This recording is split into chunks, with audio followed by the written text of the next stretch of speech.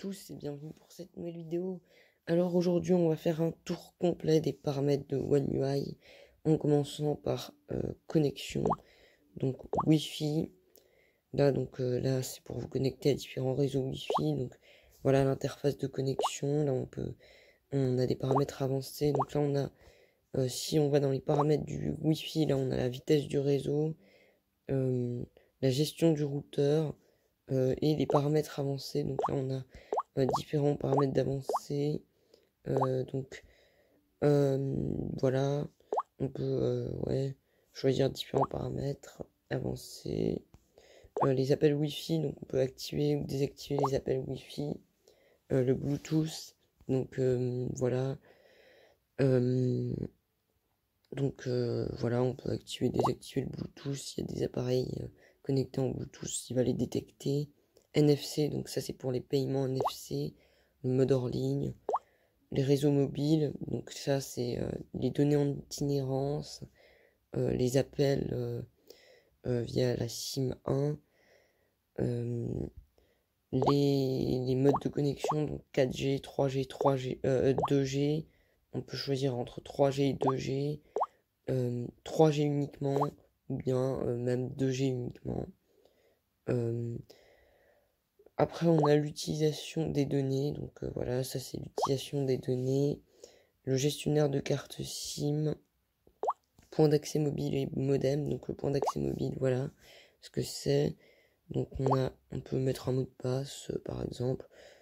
On a la bande, si on veut du 2,4 GHz ou du 5 GHz.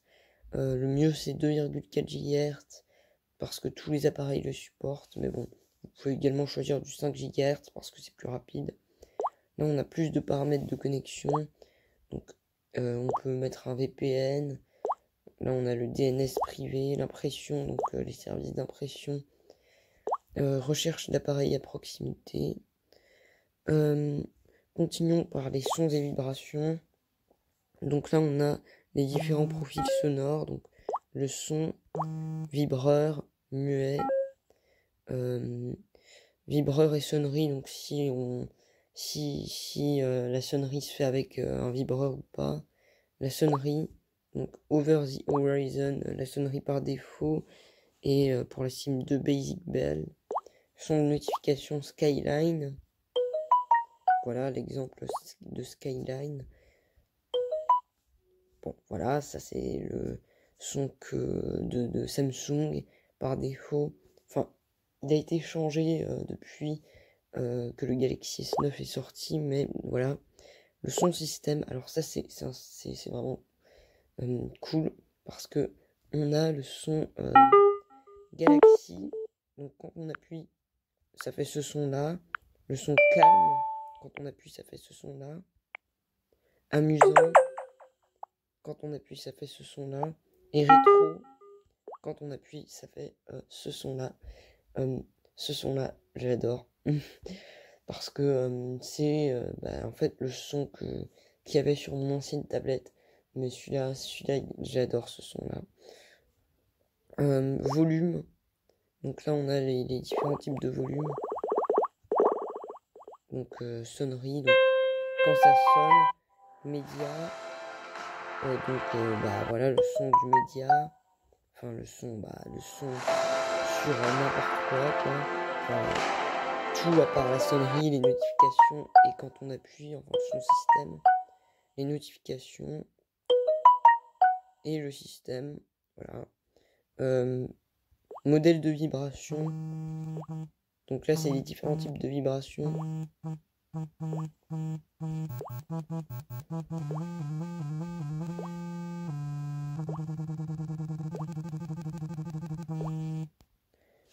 Intensité des vibrations.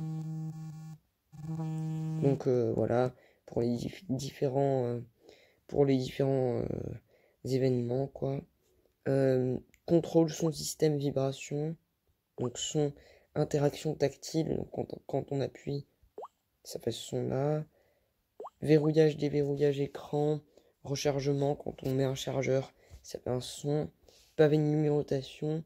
Et clavier Samsung. Interaction, les vibrations, même chose, plus ou moins. sont d'applications séparées. Voilà. Notifications, donc là on a les différentes notifications. Donc on peut activer et désactiver les notifications. Et il y a quelques options au niveau de la barre d'état et tout. Donc, alors, par exemple, on peut également désactiver, activer les notifications. Par exemple, pour YouTube, activer, désactiver, vraiment tous les types de notifications. Écran, donc l'écran, le mode clair, on peut activer le mode clair ou changer en mode sombre. Paramétrer le mode sombre, on peut activer même en activation programmée, du coucher au lever du soleil. Filtre de couleur adaptatif, donc si ça fait un filtre de lumière bleue, sûrement, ouais, c'est ça en fait. Filtre de lumière bleue, donc ça c'est un filtre pour réduire la lumière bleue. Bon, là vous n'avez pas l'enregistrement, mais ça, il marche bel et bien, mais c'est juste que il prend pas en compte ça dans l'enregistrement.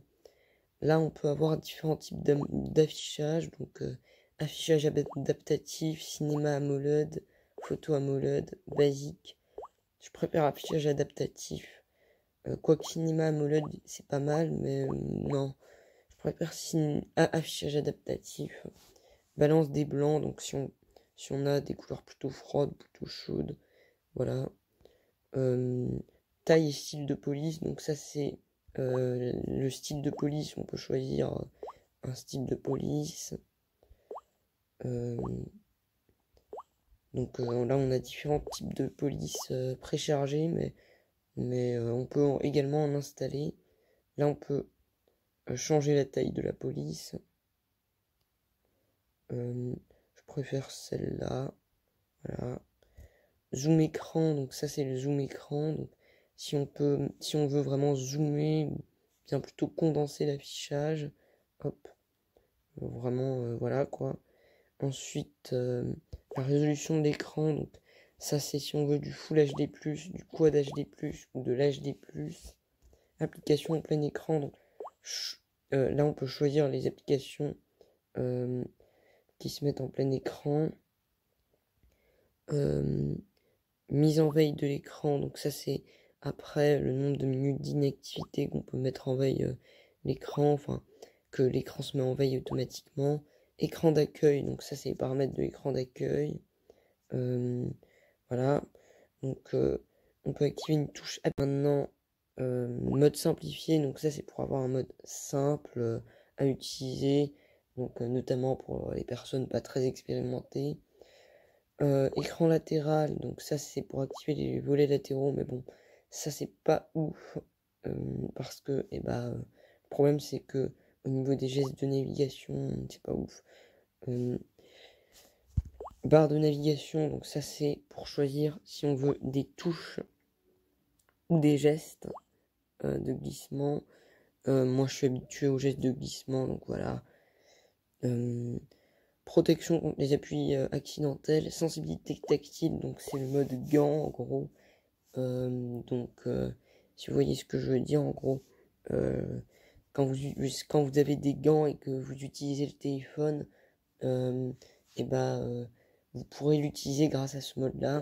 Fond d'écran, donc ça c'est pour les fonds d'écran, les différents fonds d'écran. Donc on peut personnaliser les fonds d'écran grâce à ces trois items-là.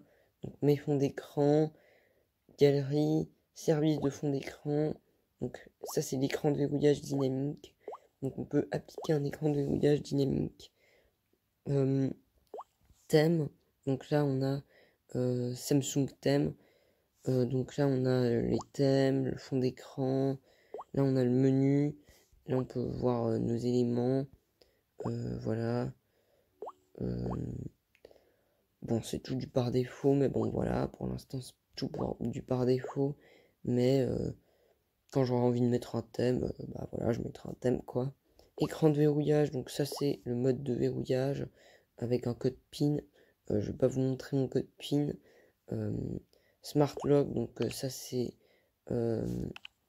pour comment dire, pour avoir un verrouillage intelligent, paramètres de verrouillage sécurisé, donc ça c'est les paramètres de verrouillage sécurisés comme par exemple, enfin il y a des trucs comme touche arrêt, enfin touche là où on a arrêt du mode biométrique, on peut désactiver le mode biométrique grâce à une touche lock. Always on display, donc ça c'est pour activer l'Always on display.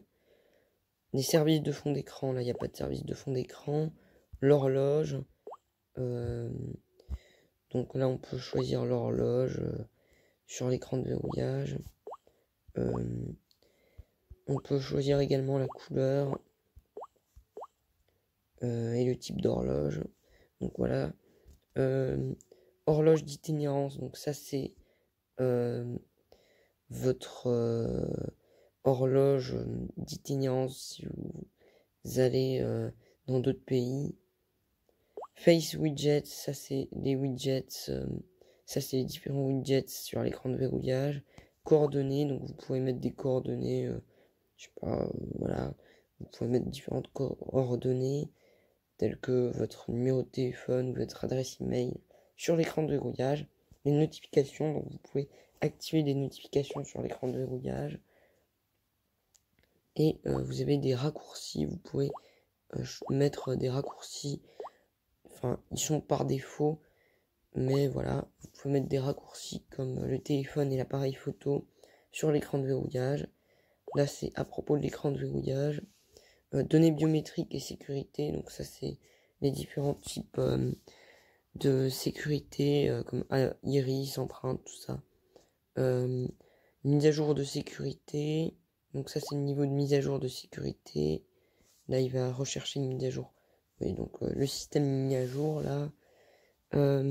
Traçage du mobile, donc traçage voilà du téléphone s'il est perdu.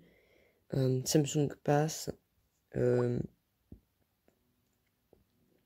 Dossier sécurisé, donc là vous pouvez utiliser le dossier sécurisé.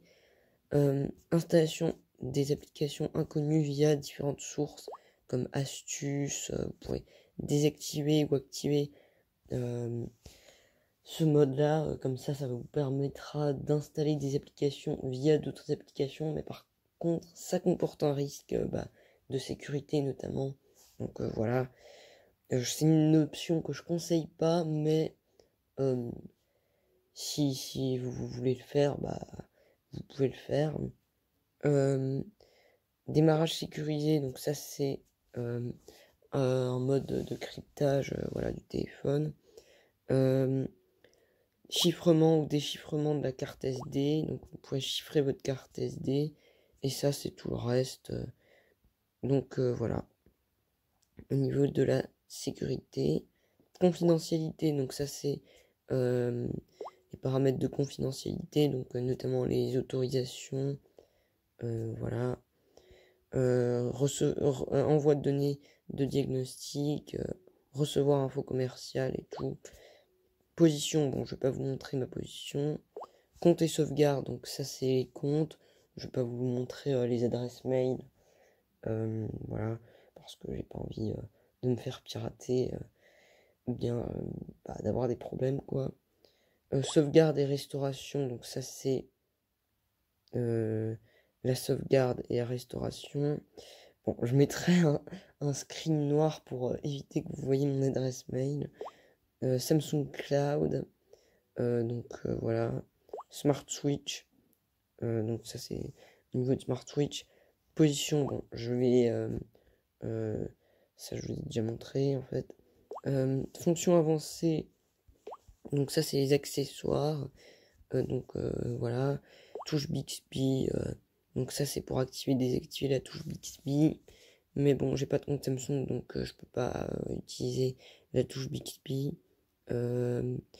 Appel SMS sur les autres appareils, donc ça c'est voilà si vous voulez appeler et effectuer des appels, enfin si vous voulez appeler via d'autres appareils. Lien avec Windows, donc ça c'est le lien avec Windows. avec un ordinateur, voilà. Affichage intelligent des pop-up, vous pouvez choisir tout ça. Capture d'écran et enregistreur d'écran, donc ça c'est les différents paramètres. Quick Share, ça c'est Quick Share justement. Réduction des animations, donc ça c'est pour désactiver les animations. Non, ça les désactive pas en fait, ça les réduit juste. Je vous avais montré une autre option pour désactiver les animations. Mouvements et gestes, donc ça c'est les différents mouvements. Donc des fonctions de genre quoi, genre par exemple vous pouvez retourner votre téléphone pour couper le son et ou différents trucs, mettre votre téléphone à votre oreille pour appeler lorsque vous êtes dans l'application d'appel, enfin pour décrocher quoi. Messagerie double, donc ça c'est les différentes messageries doubles. Optimiseur de vidéo, ça c'est pour envoyer des messages SOS. Bien-être numérique et contrôle parentaux, donc ça c'est pour voir votre temps d'écran. Maintenance de l'appareil, donc là on a la maintenance de l'appareil, donc ça c'est pour voir donc la batterie, le stockage, donc là vous avez des différents types de stockage dans mes fichiers notamment. Donc là on a la batterie, donc la charge de la batterie, la mémoire, donc la mémoire RAM, et puis la sécurité, donc c'est sécurisé. Alors je trouve vraiment ce concept bien d'avoir créé l'application maintenance de l'appareil, parce que ça regroupe tout ce dont on a besoin pour maintenir dans son appareil en une section vraiment. C'est vraiment intuitif, les paramètres chez Samsung sur One UI. Voilà. Application, donc ça c'est le gestionnaire d'application. Donc ça c'est pour changer. Gestion globale, donc ça c'est pour changer les différents trucs.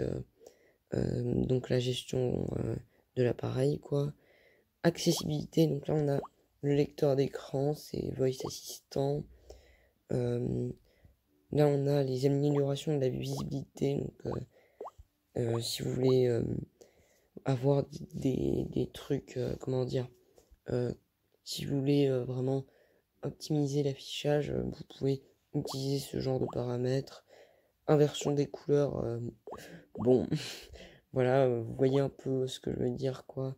Certaines options, c'est pour les gens qui ont des problèmes comme du daltonisme et tout. Réglage des couleurs, donc ça c'est le réglage des différentes couleurs. La lentille de couleur, donc là vous avez une lentille de couleur, vraiment une sorte de fil de couleur. Suppression des animations, alors là ça supprime vraiment les animations, comme dans les options de développement on avait vu l'autre fois. Là ça supprime vraiment les animations totalement. La fenêtre loupe, donc là vous avez vraiment une fenêtre comme ça. Agrandissement, donc ça c'est le zoom, ça c'est on peut appuyer 3 fois sur l'écran pour l'agrandir. Voilà. Utilisation du raccourci pour agrandir, donc vous pouvez également utiliser un raccourci. Grand pointeur de souris ou pavé tactile, ça c'est pour ceux qui utilisent avec un clavier. Taille et style de police, zoom écran, ça on avait déjà vu. Interaction et dextérité, donc ça c'est tout ce qui est au niveau de l'amélioration de l'interaction et tout. Donc on a le délai d'appui prolongé, donc si on appuie longtemps, ça peut être considéré comme un appui prolongé. Par exemple, c'est 0,5 secondes, 1 seconde, 1,5 secondes. On peut personnaliser, par exemple. Ou bien, voilà quoi. Donc je vais mettre à 0,5 secondes par défaut. Durée d'appui, donc ça c'est pour éviter en gros les appuis accidentels, on doit appuyer un certain nombre de secondes, mais bon, c'est pas très ergonomique en fait, finalement. Service installé, donc là on a un service, donc là on a des services, les services installés pour l'accessibilité. Mise à jour du logiciel, donc là on a la mise à jour, donc on peut vérifier les mises à jour et tout et les paramétrer. Astuces et manuel utilisateur, donc ça c'est pour une guide, c'est un guide pour une utilisation améliorée du téléphone. Astuces et manuel, ouais, je vous ai déjà montré. Là on a à propos du téléphone, c'est un Galaxy S9. Le modèle le plus récent c'est le Galaxy S22. Mais bon, là j'ai un Galaxy S9 pour l'instant. Ok, donc là il a remis le truc de mise à jour. Donc là on a l'état, les mentions légales, les infos sur la batterie et les mises à jour du logiciel. Donc je suis sur One UI 2.5, Android 10. Et on va finir par les options de développement. Donc alors, donc là on a la mémoire, le rapport de bug. C'est pas des options recommandées à part pour les utilisateurs avancés. Donc voilà. Déverrouillage OEM, donc ça c'est le déverrouillage en gros pour installer des custom ROM. J'ai déverrouillé récemment, donc voilà. Mais j'ai tout sauvegardé sur la carte SD avant de le déverrouiller parce que sinon, bah, comment dire, bah j'aurais tout perdu. Mode de couleur des images, donc vous pouvez choisir la plage de couleur des images. Mode démo, donc ça c'est le mode démo d'interface. Là, comme vous voyez, ça c'est vraiment le mode de démonstration. Je sais pas vraiment à quoi il sert, mais bon, il est là. Là, on a des raccourcis développeurs, mais voilà, je sais pas ce que c'est. On peut également forcer l'écriture. Ok. Forcer l'écriture de droite à gauche. Débogage USB. Bon, là on a pas mal d'options avancées. Voilà. Là on a des indicateurs visuels. Emplacement du curseur, donc savoir voilà où vous mettez votre doigt. Mise à jour de la surface. Alors du coup bah ça fait clignoter l'écran quand ton défile, mais bon c'est pas vraiment très bien. Afficher les contours, donc ça c'est pour afficher les contours du truc, mais c'est vraiment très moche quoi. Mais bon, je sais pas, ça pourrait être utile. Forcer l'écriture de droite à gauche, donc voilà, ça fait un truc comme ça. Échelle d'animation des fenêtres. Donc là, on a l'échelle d'animation des différentes fenêtres. Et donc là, je vous en ai parlé justement. On peut désactiver les animations. Donc je vais les réactiver. Parce que bah c'est mieux quoi. Avec les animations. Simuler des écrans secondaires. Donc on peut simuler des petits écrans à l'intérieur des écrans. Largeur minimale, donc ça c'est pour choisir l'échelle en gros. Bah, c'est un peu comme zoom écran mais en beaucoup plus avancé quoi. Et puis je vais mettre en 360 par défaut. Ensuite simulation, oui ça je vous ai déjà montré. Mise à jour des fenêtres. Mise à jour des couches matérielles. Forcer le mode sombre. Simuler l'espace colorimétrique. Donc ça je vous l'ai déjà montré ça dans accessibilité. Voilà. Mais visiblement il veut rien changer. Si on modifie. Donc là on peut Là, on a d'autres paramètres au niveau des applications, voilà, tout ça. Voilà, donc c'était la fin du tour des paramètres du téléphone. Oui, il a fait un petit bug ici, il y a eu un petit bug. Bon, bah voilà.